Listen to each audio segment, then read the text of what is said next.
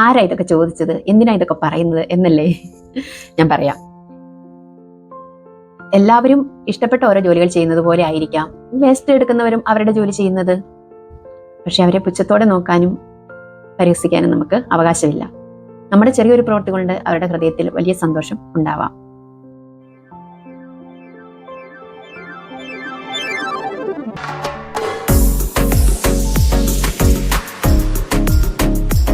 അപ്പൊ എല്ലാവർക്കും എൻ്റെ പുതിയൊരു വീഡിയോയിലേക്ക് സ്വാഗതം. എന്തുകൊണ്ട് എനിക്ക് ഈ ജോലി ചെയ്തുകൂടാ?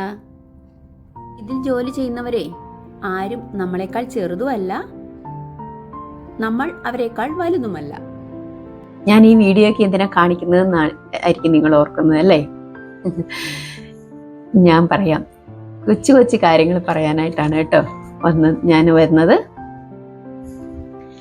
ഒരുപക്ഷെ നമ്മൾ പലരും ഇഷ്ടപ്പെട്ട ഓരോരോ ജോലികൾ ചെയ്യുന്നത് പോലെ തന്നെയാണ് വേസ്റ്റ് എടുക്കുന്ന ആളുകൾ അവരുടെ ജോലി ചെയ്യുന്നതും. ചിലർ മറ്റു ജോലികളൊന്നും കിട്ടാത്തത് കൊണ്ട് കിട്ടിയ ജോലി ചെയ്യാമെന്ന് വിചാരിക്കുന്നുണ്ടാവും. എങ്കിലും ഏത് ജോലിയും അവരവർ ചെയ്യുന്നത് അവരവർക്ക് മഹത്തരമാണ്. വേസ്റ്റ് എടുക്കുന്ന ജോലി ചെയ്യാൻ ആരുമില്ലാത്ത ഒരവസ്ഥ വന്നാല് ഒന്ന് ആലോചിച്ച് നോക്കിക്കേ, എന്തായിരിക്കും നമ്മുടെയൊക്കെ അവസ്ഥ എന്ന് അല്ലേ? എന്തിനാ ഇതൊക്കെ ഞങ്ങളോട് പറയുന്നത്, ആരാ ഇതൊക്കെ നിങ്ങളോട് ചോദിച്ചത് എന്നായിരിക്കും നിങ്ങളുടെ മനസ്സിലല്ലേ? ഞാൻ പറയാം. സ്വാഭാവികമായി നമ്മൾ വേസ്റ്റ് കുമ്പാരങ്ങളുടെ അടുത്തൂടെ പോകുമ്പോൾ നമ്മൾ മൂക്ക് കുത്തും അല്ലെ? അസഹനീയ മണമാണെങ്കിൽ ഛർദ്ദിക്കാൻ വരും. പിന്നെ എന്നെ പോലെയുള്ള, എനിക്ക് അങ്ങനെയുള്ള ആ കൂട്ടത്തിൽപ്പെട്ട ആളാണ് കേട്ടോ.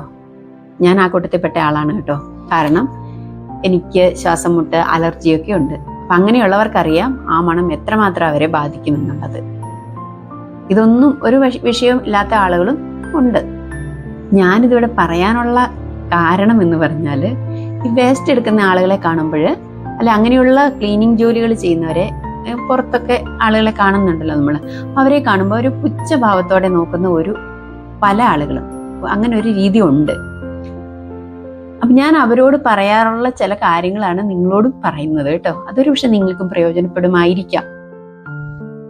ഒന്ന്, വേസ്റ്റ് എടുക്കുന്ന ജോലി ചെയ്തുകൊണ്ടിരിക്കുമ്പോഴോ അല്ല അതൊരു വൃത്തിയാക്കിക്കൊണ്ടിരിക്കുമ്പോഴോ നമ്മൾ അതുവഴി കടന്നു പോവുകയാണെങ്കിൽ നമുക്ക് എത്ര അസഹനീയമായ മണമാണ് വരുന്നതെങ്കിൽ പോലും നമ്മൾ അവരുടെ മുമ്പിൽ വെച്ച് നാം മൂക്ക് പൊത്തുകയോ അറപ്പ് കാണിക്കുകയോ ചെയ്യരുത്.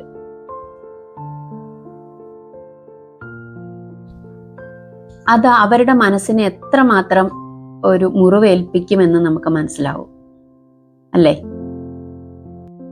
നമുക്ക് ശ്വാസം അടക്കി പിടിച്ച് അവർക്ക് മനസ്സിലാകാത്ത വിധം അവരുടെ അടുത്ത് നിന്ന് നമുക്ക് വേഗം മാറിപ്പോകാം. ആ ബുദ്ധിമുട്ടുള്ളവർക്കാണ് കേട്ടോ ഞാൻ പറയുന്നത്.